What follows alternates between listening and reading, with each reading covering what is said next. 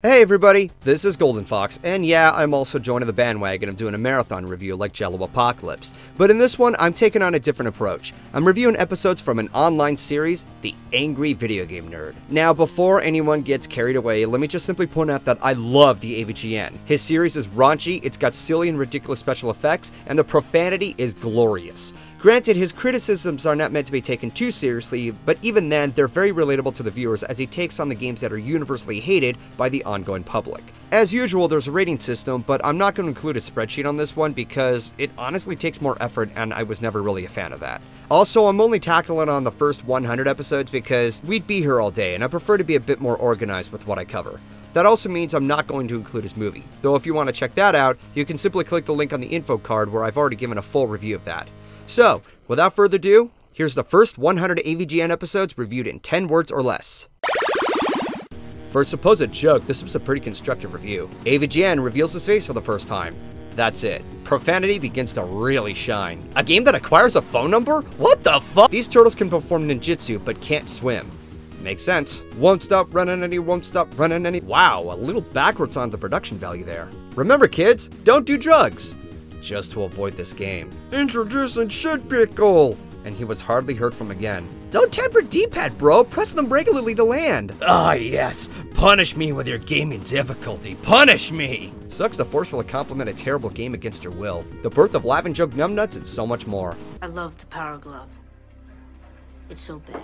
They're all try-hard sequel titles. That's what's bullshit. Ha! Get it? Because it introduces, you know it's bullshit. Ow! Nerd expands outside the NES, and that's it. You call these pirated cartridges Bible games? Off to hell. Huh. The nostalgia nerd before nostalgia critic. Finish him!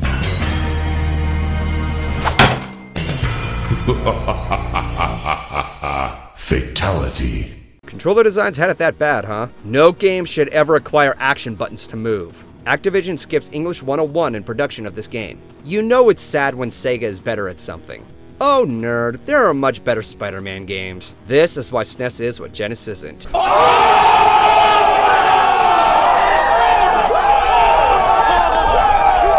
We didn't start the fire. Ah, yeah, that's right. Punish me more. Punish me more. He sure wanted to go out with a bang.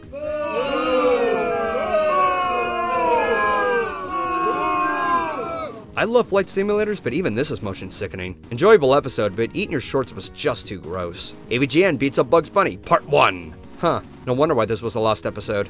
I wish I had Nintendo Power magazines in my childhood. Lay off the pasta fester, Jesus! That creep is gonna give me nightmares until I die. Today's lesson, never underestimate children. Ah yes, one-hit kills and cryptic obstacles. Don't stop! Yet another Christmas Carol formula. I'm okay with it. Hi crew from ScrewAttack.com. Shigeru Miyamoto is evil with the Zelda timelines. Sure, let's equip Rambo with knives instead of guns. Seriously? Is it bad that I'm curious in trying this console? That shit plastering was the best.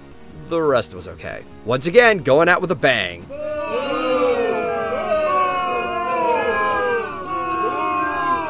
A very stylish two-parter worth watching. Easily one of the best AVGN episodes to date.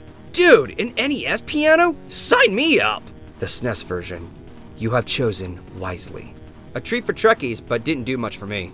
So tragic that an iconic hero gets shafted in gaming. This was repetitive, milked, and dull. Sorry, nerd. A much better episode with style. Mike Matei sure loves anal, doesn't he? Very creative cursing.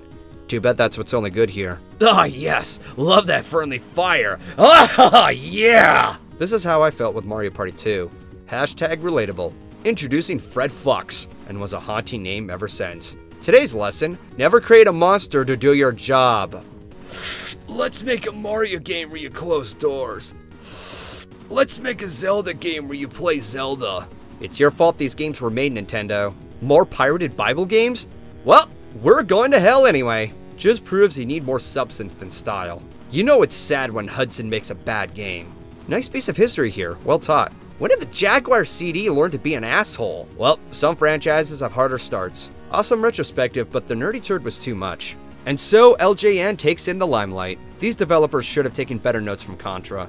I sadly grew up owning the SNES game. Hashtag relatable. Hot sauce makes you play better? I don't believe you. Glad I never played this game. Poor Luigi. This is the weirdest episode I've ever seen. AVGN beats up Bugs Bunny, Part 2. That beginner's trap had me laughing my ass off. Making a Godzilla game should not have been that difficult. These games were excellent. Not! The start of one of my favorite marathons. Ah, yes! More difficulty punishment! Castlevania 4, my favorite. That game's a joke! Shut up! Goodbye, Castlevania Marathon. You know it's bad when the cartridge is awkwardly designed. Developers, you had one job, making an NES sports game! Street Fighter 2010? More like Street Fighter ADD. Oh! Sounds like a bad week of D&D. A perfect way to commentate on a game's difficulty. Damn, I didn't think Atari had serious business like this. Once again proves that substance matters more than style. The most excessively boring marathon I have ever sat through. Ironically, a prequel to the next episode. That gremlin is gonna give me nightmares until I die. I love the Power Glove. It's so bad. AVGN tears open his smallest healing wound. AVGN opens his biggest healing wound. It's unlikely this episode is memorable.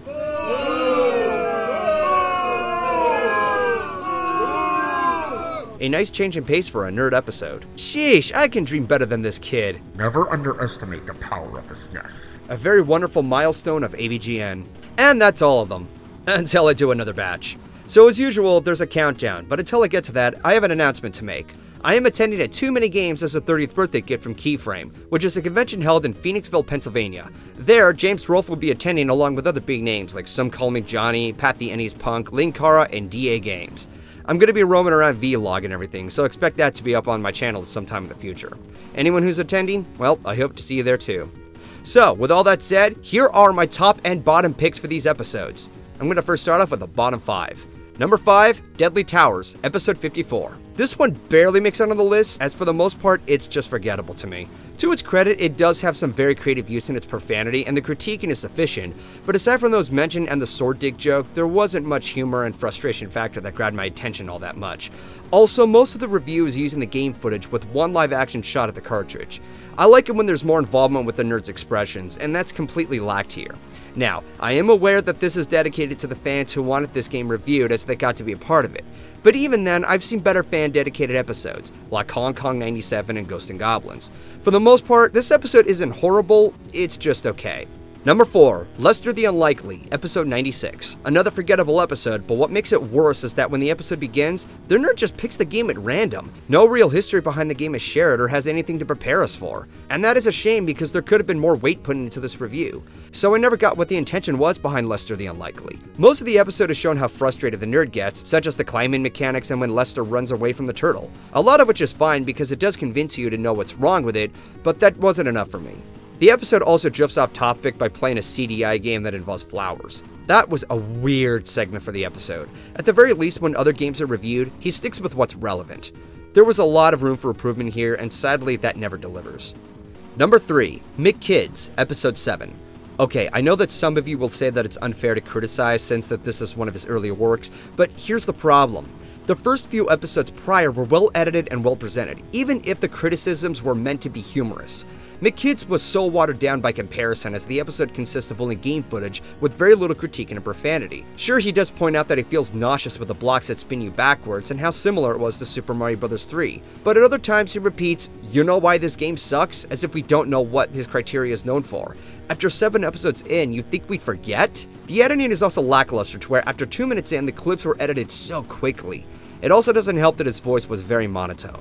Again, in his earlier works, his voice was much more energetic, such as TMNT or Back to the Future. Those episodes I would recommend more. This one, though, just felt like an afterthought and a filler. Number 2, Superman 64, episode 51. Okay, strap yourselves in, folks. This is where I get very critical, and this is definitely going to play up the unpopular opinion. This episode barely does any justice on how bad the game is. Prior to this, he talks about Superman for the Commodore 64, which is nice to have, but it takes about a quarter into the video, making me very impatient on what to see next. When I finally do get to see the actual game, he talks about flying through rings with stiff controls under a time limit and seeing how glitchy the game is. Obviously, that's primarily what defines the game's problems at first, but there's so much more of the issue when getting past that. Sadly, this episode milks out only this with reactions of glitching issues for so long that I was just reacting with, "Yeah, I get it." The same thing can be said with how much he states, "This game is horrendous." Again, we know! That's why you were requested to review this game! You're the one who takes on shitty games! To add insult to injury, he asks how surprised he is at how bad the game is, ending with, "This is unspeakably, shockingly bad." How is this shocking? It's Superman 64! It was ranked higher than E.T. for the Atari on the top 10 best and worst games list from Game Trailers. Fuck! It was ranked at number 1 worst! And that was out 4 years before this episode was ever made. Not to mention this list was community voted. And mind you, James used to be a part of Screw Attack, who used to be affiliated with Game Trailers. So for how surprised he was about the game is just beyond my comprehension.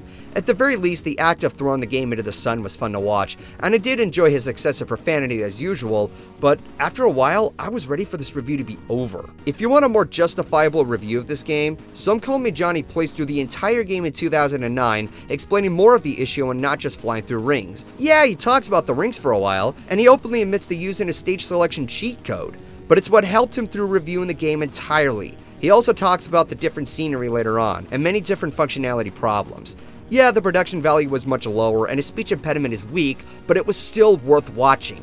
Now, I also want to point out that I'm not being this critical out of malice. I'm a huge fan of the nerd, and that's also going to include a bit of tough love. And all of what I mentioned so far, I could still watch these episodes without having too big of an issue.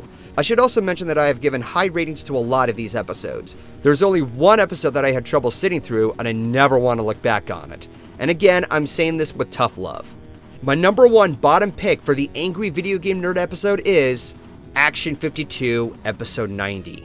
This episode was the biggest chore to ever sit through. The game is obviously a compilation of 52 minigames, including the mascots named Cheetah Men, but when he reviews them, they're all dragged on and milked almost every step of the way. It's very mechanical and artificial, and the whole video is moved at a snail's pace. The fact that you're going through each and every minigame out of 52 is more than going to take a while. This from the start I had a bad feeling of. At more than halfway, he states that he lost hope for the game. Well then just summarize and speed it up. It also doesn't help that the episode is over 26 minutes, which felt like 26 hours. Now, when it comes to episodes that are legitimately long, I expect them to be long and good. Earthbound, for instance, was the longest episode, but it was fantastic because there was always something going on. Not to mention how much of an emotional attachment you could get based on the journey it has. Action 52, though, did not do justice with its length. To cut it some slack, there was one funny moment. Number 2, Star Evil.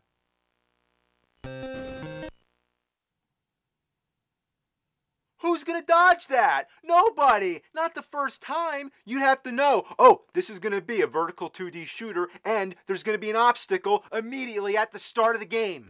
And that's it. Other than that, this is one episode I never want to look back to. It was boring, it was tedious, it was so predictable, knowing that the whole game was going to be garbage just by looking at the fucking cartridge design. Any cartridge that doesn't look like what you normally see, you know you're going to have a problem. That's it for the worst. Feel free to disagree with me on this one, but be constructive about it too. Mind you, these are very minimal choices for a bottom 5. Needless to say, the top 5 was also difficult for me because there was a lot to choose from. There was so much I enjoyed from James Rolfe's work. Number 5. Battletoads, episode 55. This is an episode that does its job perfectly at juggling the critiquing and the reactions evenly. With the cameo of Kyle Justin to play with the nerd, the reactions they give are absolutely hysterical and perfectly timed. A lot of which is because it relates so easily to the frustrations that everyone else has had with Battletoads, ranging from the difficulty to the unfair gaming mechanics. I normally would have considered this episode monotonous given how much it expresses the frustration factor multiple times.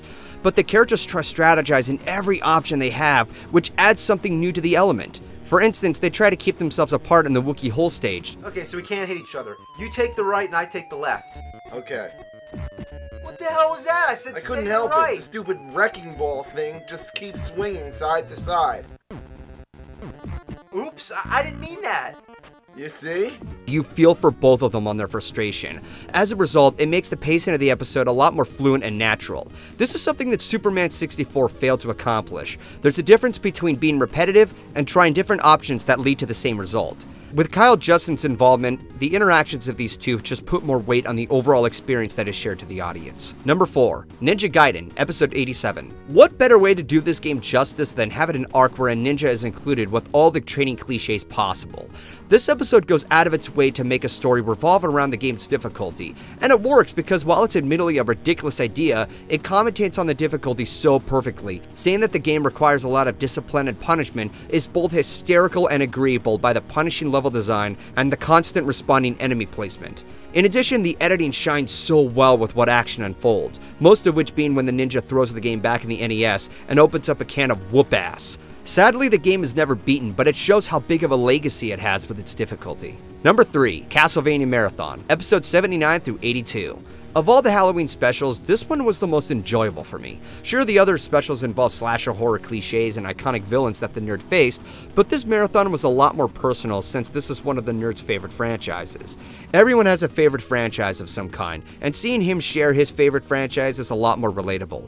I also like that he tackles on Castlevania 2 again, which was his first review.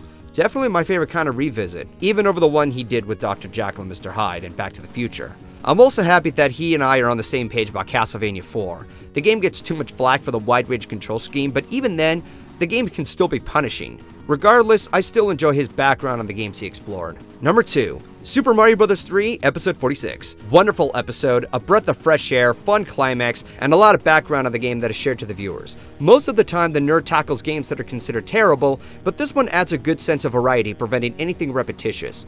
True, he's done episodes that aren't in the status quo either, but taking on a game that is universally loved is also something you can't get bored with. The final act is beyond fun to watch, adding so much rewatch value. Introducing Super Mega Death Christ and going overboard with how evil Super Mario Bros. 3 is. A lot of which isn't true, but going with the flow is still worthwhile. I don't have much else to say other than go watch and see for yourself. I guarantee you will be entertained. And for my number 1 pick, my choice for the best AVGN episode is R.O.B the Robot. This is really no contest and it's really no surprise. R.O.B the Robot is a masterful milestone that delivers the celebration of having a 100th episode.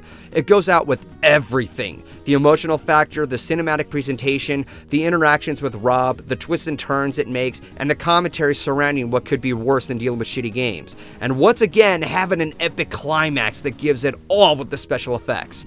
Now, some may argue that they're corny and cheap, but that's what adds charm to the series in its entirety.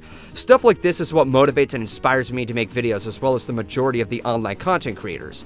Truth be told, James Rolfe did not expect it to make it this far. He originally planned on making a trilogy of the 3 videos called The Angry Nintendo Nerd, and the critiques were meant to be humorous because, well, he complains on games that are decades old, which is silly, but that's really the whole joke.